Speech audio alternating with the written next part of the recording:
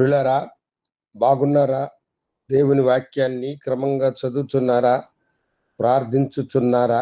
నేటి ధ్యాన వాక్యము యాకోబు పత్రిక 4వ అధ్యాయము 10వ వచనం. ప్రభు దృష్టికి మిమ్మును మీరు తగ్గించుకొనుడి, అప్పుడు ఆయన మిమ్మును హెచ్చించును. భక్తుడైన యాకోబు చెప్పుచున్న మాట ఇది. ప్రభు దృష్టికి మిమ్ములను మీరు తగ్గించుకొనుడి, అప్పుడు ఆయన మిమ్ములను హెచ్చించును అని.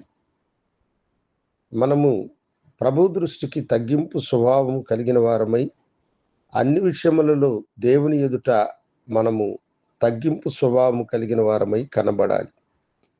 అయితే మనిషిలో ఉన్నటువంటి అహంకారము తాను అందరిలో గొప్పవాడు అన్నట్లుగా ప్రవర్తిస్తూ ఉంటాడు.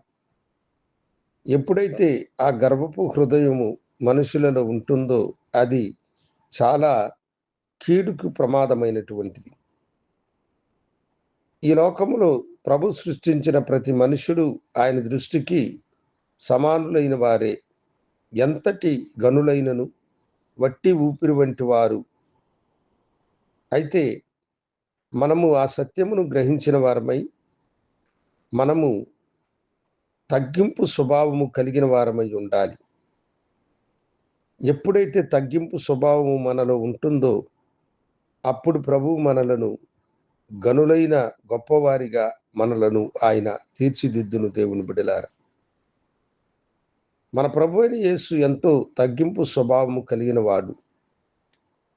ఫిలిప్పీలకు రాసిన పత్రిక 2వ అధ్యాయము 5వ వచనము నుండి మీరు కొన్ని వచనాలను చదివితే, ఆయన దేవునితో సమానుడిగా ఉండిన భాగ్యము విడిచిపెట్టకూడదని అనుకోకుండా ఆ భాగ్యమును విడిచిపెట్టినటువంటి వాడై మానవ స్వరూపమును ధరించి తనను తాను రిక్తుకునిగా చేసుకొని మరణము పొందినంతగా, అనగా శిలువ మరణము పొందినంతగా తనను తాను తగ్గించుకున్నాడు. ఆయన తనను తగ్గించుకున్న దాన్ని బట్టి దేవుడు ఆయనను అన్ని నామముల కంటే పైనామము కలిగిన వానిగాను ఉన్నతమైన వానిగాను ఆయనను హెచ్చించినాడని దేవుని వాక్యము తెలియచేస్తూ ఉన్నది. కనుక నీ జీవితంలో నీవు కూడా, ప్రభువా, ఏదైనా ఘనతను నీవిచ్చావంటే అది నీవిచ్చినదే నాయనా.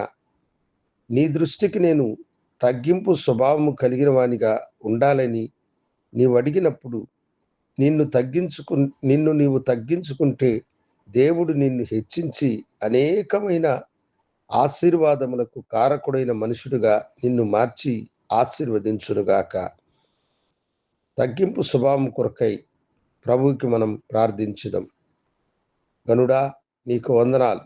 నీ బిడ్డలు నీ వైపు చూసి తగ్గింపుతో ప్రార్థించినప్పుడు వారికి మీరు సహాయం చేసి ఆశీర్వదించమని యేసు నామమున అడిగి వేడుకొంచున్నాము తండ్రి. ఆమేన్. శుభోదయం. ప్రభు మిమ్మలను దీవించునుగాక. ఆమేన్.